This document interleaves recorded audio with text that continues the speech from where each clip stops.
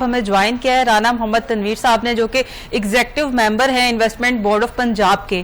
السلام علیکم سر، mic please.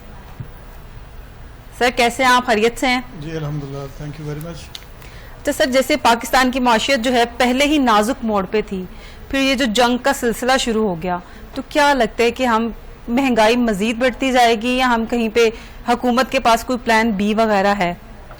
دیکھیں جی، یہ جو ہوا ہے اس سے تو پوری دنیا میں مہنگائی کی ایک لہر آئے گی اور اس سے بچا نہیں جا سکتا، لیکن گورنمنٹ اپنی پالیسی سے اپنے جو آلریڈی ہمارے ملک میں جو مہنگائی کا بحران تھا، یہ پچھلی پاکستان اور انڈیا کی جنگ سے لے کے اور اس سے بھی پہلے سے یہ سلسلہ چلا آ رہا ہے، اور ایوری ڈے جسے کہتے ہیں کہ مہنگائی انکریز ہوتی جا رہی ہے، لیکن اب یہ جو نئی ایک لہر آئی ہے اس سے بھی بچا نہیں جا سکتا۔ اسی لیے گورنمنٹ نے کچھ میئرز لیے ہیں، وہ آپ کے سامنے ہیں، لیکن وہ ناکافی ہیں۔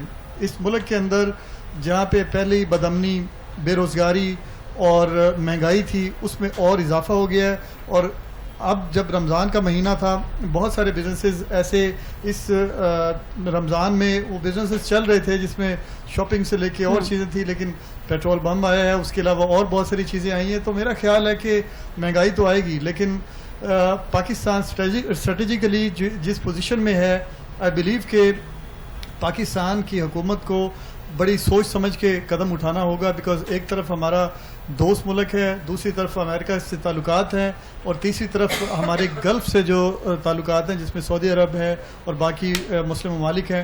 تو ہمیں بڑا ویجیلنٹ ہو کے چلنا پڑے گا، کیونکہ مہنگائی اور یہ باقی معاملات تو چل جائیں گے، لیکن ایک دفعہ اگر انٹرنیشنل ریلیشنز میں کوئی دراڑ آ جائے تو اس کو فل کرتے ہوئے ٹائم لگتا ہے۔